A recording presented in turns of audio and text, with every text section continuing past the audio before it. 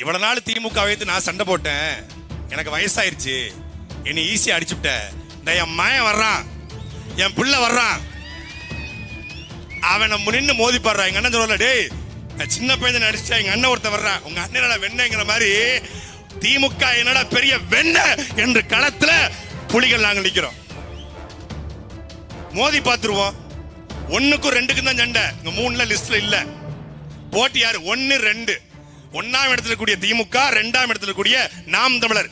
NTK versus DMK, DMK versus NTK கிடையாது, NTK versus DMK. நாங்க தான் முதல். நீ 12 பேரை கூட்டு வர்ற, பண்ணி தாண்டா கூட்டம் கூட்டமா வரும். சிங்கம் எப்போதும் சிங்களால வரும். அதுலயும் நாங்கள் புலி, அதுலயும் விடுதலை புலி தனிச்சு நிக்கிறோம். ஆட்சி நடத்துறாங்க. நான் கேட்டதுக்கு திமுக காரங்களுக்கு கோவம் வந்துருச்சு. திமுக ஆபீஸ் இருக்குது யாரு?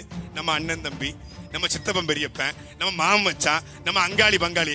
அவங்களுக்கும் வெக்கம், மானம், சூடு, சொரணை எல்லாமே இருக்கு இருக்கு. நம்மளுடைய பெரிய ஃபேன்ஸ் யார் தெரியுமில்ல? நாம் தமிழர் கட்சிக்காரங்க கிடையாது. அண்ணன் சீமான அதிகமா ரசிப்பது திராவிட முன்னேற்ற கழகத்துடைய தொண்டர்கள் தான். எங்க அண்ணாதுரைக்கு பிறகு, எங்க கருணாநிதிக்கு பிறகு தமிழ்நாட்டுல ஒரு ஆம்பளை சீமான் தான் நேர்மையா பேசுறாரு. வானூர்தி நிலையத்துல ஒரு திமுக ஒரு மூத்த ஆளை பார்த்த, பேர் சொன்னா அவரை பதவி விட்டு தூக்கிடுவாங்க. அவர் சொன்னாரு 2026 அப்படின்னு போறாரு. 50 பேர் கொதிச்சு போயிருக்கிறான். திமுக கட்சிக்காரனே எங்களுக்கு தான் இந்த முறை வாக்கு செலுத்த போறாங்க முடிவெடுத்துட்டான். எத்தனை காலத்துக்கு அவங்க தாத்தன், உங்க அப்ப, உங்க மகனுக்கே மாறி மாறி அடிமையாக இருப்பது என்று மனதுக்குள்ளே புழுங்கிக் கொண்டிருக்கிற திமுக காரங்க தான் உண்மையிலே அதிகம். திமுக இருக்கக்கூடிய பறையர் பூரா திமுக ஓட்டு போட்டுருவாங்க, திமுக இருக்கிற வன்னியர் பூரா திமுக ஓட்டு போட்டு திமுக கனவில் நினைத்துக் கொண்டிருக்கிறது. அப்படி அல்ல. படையாட்சி என்பது வேறு, படையர் என்பது வேறல்ல. 2 பேரும் தமிழன் என்று தமிழ்நாட்டிலே சாதிய மோதலை தவிர்க்க வந்த தலைவன் அண்ணன் சீமானுக்கு தான் 2 பேரும் வாக்கு செலுத்துவாங்க. தொடர்ச்சியா 12 நாள் கூட்டம் இருக்கான். பாக்கி அண்ணன் கூட்டு திறநிதிக்கு வீடியோ எடுக்க சொன்னாரு. ஒண்ணுப்பா, சரி பேசாம நம்ம 3 பேரும் போயிட்டு கள்ளக்குறிச்சியில ஆளுக்கு ஒரு பாக்கெட் வாங்கி அடிப்போம், 30 லட்சம் கொடுக்க இந்த பாக்கியா கையில கொடுத்துருப்பா, இந்த கூட்டத்தை நடத்திட்டோம்னாரு. அவர் காமெடியா சொன்னா கூட, அப்ப பாக்கெட் சாராய் குடிச்சா 30 லட்சம் கிடைக்குது அப்படின்னு ஒரு தலைவர் மனசுக்கே கொண்டு போய் சாட்டினா, டேய் நல்லா இருப்பீங்களா நீங்களா? எனக்கு மனைவி அழைச்சி சனிக்கிழமை வீட்டுக்கு வரல, ஆமா பர்ச்சேஸ் பண்ண போகணும். எங்க போகணும்? ஜிஆர்டி போகணும். எதுக்கு? ரொம்ப நாளா ஒரு தோடு பிஞ்சிரிஞ்சு மாத்தணும். நான் பேசாம கள்ளக்குறிச்சி வழியா தான் வர, ஒரு பாக்கெட்டை வாங்கி அடிக்கிறேன், 10 லட்சத்தை வாங்கிக்கன்னு சொல்லி சத்தியமா சொன்னேன். அப்படி ஆக்கி விட்டாங்க.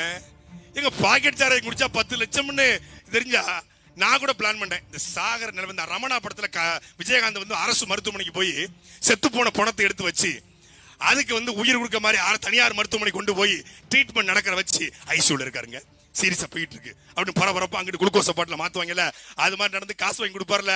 அதே மாதிரி நம்ம புற்றுநோயால பாதிக்கப்பட்ட செத்துருவாரு, அடுத்த மாசம் செத்துருவாருங்க அப்படின்னு இருக்கக்கூடிய ட்ரீட்மெண்ட் பேஷண்ட் ஒரு தமிழ்நாடு முழுக்க ஒரு 100 பேர் ரொம்ப மோசமான வறுமையில செத்துருவோம் அப்படின்னு இந்த ரம்மி சர்க்கிள்ல சாகக்கூடியவங்க, அப்படின்னு சாகர நிலைமையில இருக்கக்கூடிய ஒரு 100 பேரை கூட்டு போய் எங்க ஊர்ல நானே வடிச்சு அந்த 100 பேருக்கு கொடுத்தோம்னா எப்படி வச்சாலும் ஒரு 10 கோடி கிடைக்கும்லக்கா. 100 பேர்ல 10 கோடி. அந்த 10 கோடியை வாங்கிட்டு ஒரு 6 மாசம் குண்டச்சடத்துல உள்ள இருப்போம் நம்ம வடிச்சிட்டு. ஏன்னா தமிழ்நாடு அரசு அப்படி ஆயிருச்ச. இப்ப என்ன தூண்டான்னா, நீ சாராயம் வடிச்சு 100 பேர் செத்தா நாங்க 10 கோடி கொடுப்போம், அந்த 10 கோடி அவன் வழக்க நடத்திக்கன்னு சொல்லி கள்ளச்சாராயத்துக்கு இவனே ஊக்குவிக்கிறான். கண்ணுக்குட்டி வித்தது கள்ளச்சாராயமா? அப்ப இந்த கருணா போட்ட குட்டி வித்தது நல்ல சாராயமா? அது கண்ணு குட்டி, இது கருணா குட்டி, கருணாநிதி போட்ட குட்டி. அவர் வித்தா அது கள்ளச்சாராயம், ஐயா வித்தா அது நல்ல சாராயம். அவரு என்ன இதுல மண் மூட்டையில போட்டு வித்துட்டு இருக்காரு, இவர் சோஃபால போட்டு வித்துட்டு இருக்காரு. அப்ப இதுக்கு பேர் என்ன? சாராய வியாபாரி ஸ்டாலின். டாஸ்மாக்ல 48,000 கோடி வருமானத்தை வைத்து நடத்துகிற இந்த அரசு எப்படிப்பட்ட நல்ல அரசாக இருக்க முடியும் என்று நீங்கள் சிந்தித்து பாருங்க. அதுலயா நல்ல சாராயம் கிடைக்குதா? உலகத்திலே எல்லா நாட்டிலையும் கோதுமையில சாராயம் தயாரிக்கிறான், உருளைக்கிழங்குல சாராயம் தயாரிக்கிறான், அரிசியில சாராயம் தயாரிக்கிறான், திராட்சையில சாராயம் தயாரிக்கிறான். உலகத்திலே கரும்பு சக்கையில சாராயம் தயாரிச்ச ஒரே கேடுகட்ட கூட்டம், கேடுகட்ட மாடல் நம்ம திராவிட மாடல் தான். அதுலயும் இப்போ ஒண்ணு, நாங்க எங்க அண்ணன் சீமான் இந்த 7ஆம் அறிவு படத்துல ஸ்ருதிகாசை குடுவைக்குள்ள போட்டு போய் திரும்ப மாத்திர மாதிரி, டேய் நீ பறையன்னு சொன்னா தாழ்ந்திருக்காடா, பறையண்டா என்ன நில்லடா என்று உயர்த்துறாரு. நீ புலித்தேவன் வாரிசுடா, நீ மருதுபாண்டி வாரிசுடா, நீ அழகமுத்துக்கோன் வாரிசுடா, நீ தீரன் சின்னமலையின் வாரிசுடா, நீ பண்டார வன்னியன் வாரிசுடா, நீ வெண்ணி காலாடி வாலிசான் எங்களை அப்படியே உசுப்பேத்துறாரு. நீ உத்தராணித்தர் பரம்பரை விட்டுறாத, நீ காமராஜர் பரம்பரை விட்டுறாதன்னு ஏத்துறாரு. அவன் இந்தா நீ வீரன் ஏத்திட்டு போ போச்சு. இம்புட்டு காண்டும் 13 வருஷம் கத்துனது பொத்தமா ஒரே வீரன்ல. ஆமா ஆமா தளபதி ஸ்டாலின் ஆமா மதி அப்படின்ட்டு போயிடான். முடிஞ்சு சோழி முடிஞ்சு. நாங்க எதுக்கு வீரத்தை வச்சா அவன் பாட்டிலுக்கு வீரத்தை வச்சிருக்காங்க. வீரன் ஒரு பாட்டில் அறிமுகப்படுத்தாங்க தமிழ்நாட்டுல. இப்ப ஐயா வந்து கத்துனாரு போறது அது யாரு? அவர் உண்மையில வீரன், ஆனா உள்ள போயிருக்கிறதும் வீரன். வீரம் போனதுனால சோரம் போயிருச்சு. அந்த சோரம் போன தமிழினத்தை மாற்றத்தான் உங்கள் பிள்ளைகள் நாங்கள் வந்திருக்கிறோம். இது தேர்தல் களமாக நாங்கள் பார்க்கல.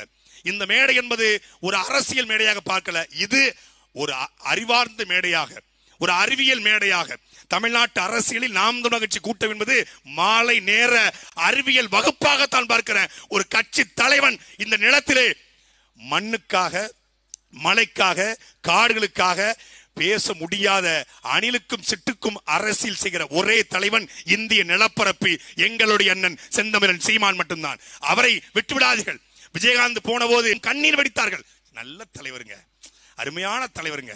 எப்படி எதிர்த்து பேசினாரு. கருணாநிதி ஜெயலலிதாவையும் போல்டா எதிர்த்தாருங்க. வீட்டுக்கு வர்ற மக்களுக்கெல்லாம் சாப்பாடு போட்டாருங்க. அவரை விட்டுட்டங்கன்னு. விஜயகாந்த் செத்த பிறகு அவரை விட்டு விட்டோம் என்று வருத்தப்பட்டீர்கள். இருக்கும் போதே ஒரு தலைவனை விட்டு விடாதீர்கள். விஜயகாந்திற்கு பிறகு இந்த நிலத்திலே சமகாலத்திலே ஒரு நேர்மையான தலைவன் வந்திருக்கிறார். உங்களுடைய அண்ணன், எங்களுடைய அண்ணன் செந்தமிழன் சீமான். போன பிறகு அழுது புலம்பி பயன் இல்ல. ரொம்ப கண்ணியமானவர். ஆனா நம்ம காலம் கடந்து நல்லவர்னு சொல்லக்கூடாது. இருக்கும் போதே அந்த நல்லவருக்கு வாய்ப்பை வழங்கணும். நாம் இப்போது அங்கீகாரம் பெற்று வந்திருக்கிறோம் உங்களிடத்தில். எதற்காக வந்திருக்கிறோம்? அங்கீகாரம் பெற்ற கட்சியாக அதிகாரத்தை உங்களிடத்தில் கேட்டு வந்திருக்கிறோம். விவசாயி செத்து போனா அவனுக்கு 10 லட்சம் பணம் கொடுக்க வக்கு இல்ல, துப்பு இல்ல. ராணுவ வீரன் செத்து போனா அவனுக்கு பணம் கொடுக்க வக்கு இல்ல, துப்பு இல்ல. காவலர்கள் இந்த தேர்தல் காலங்கள்ல காவலர்கள் எக்ஸ்ட்ரா டியூட்டி பாக்குறாங்க. டிராவலிங் அலவன்ஸ் சொல்லி அவங்களுக்கு டிஏ பில் இருக்கு. அந்த டிராவலிங் அலவன்ஸ் கொடுப்பதற்கு வக்கற்ற துப்பற்ற இந்த திமுக, செவிலி தாய்மார்கள் சம்பள உயர்வு கேட்டு போராடுறாங்க. அவங்களுக்கு 5 லட்சம் 10 லட்சம் கொடுக்க வக்கற்ற துப்பற்ற இந்த திமுக, மருத்துவர்கள் ஊதியம் கேட்கிறாங்க, அவங்களுக்கு பணம் கொடுக்க வக்கற்ற துப்பற்ற இந்த திமுக, மின் ஊழியர்கள் மின்சார ஊழியர்கள் பணம் கேட்கிறாங்க, அவங்களுக்கு பணம் கொடுக்க வக்கற்ற துப்பற்ற இந்த திமுக, அரசு பேருந்து ஓட்டுநர்கள் போனஸ் கேட்கிறான், பென்ஷன் கேட்கிறான், அந்த பென்ஷனை கொடுக்க வக்கற்ற துப்பற்ற இந்த திமுக. எங்க காவல்துறையில ஒரு பெண் காவலர் இறந்து போனாங்க, அவங்களுக்கு பணம் கொடுக்க வக்கற்ற துப்பற்ற இந்த திமுக. கள்ளச்சாராயம் குடிச்சு செத்து போனக்கு 10 லட்சம் கொடுக்குது. வெக்கம், மானம், சூடு, சொரணை ஏதாவது ஒண்ணு இருக்கு அவங்களுக்கு? 10 லட்சம் எதற்காக?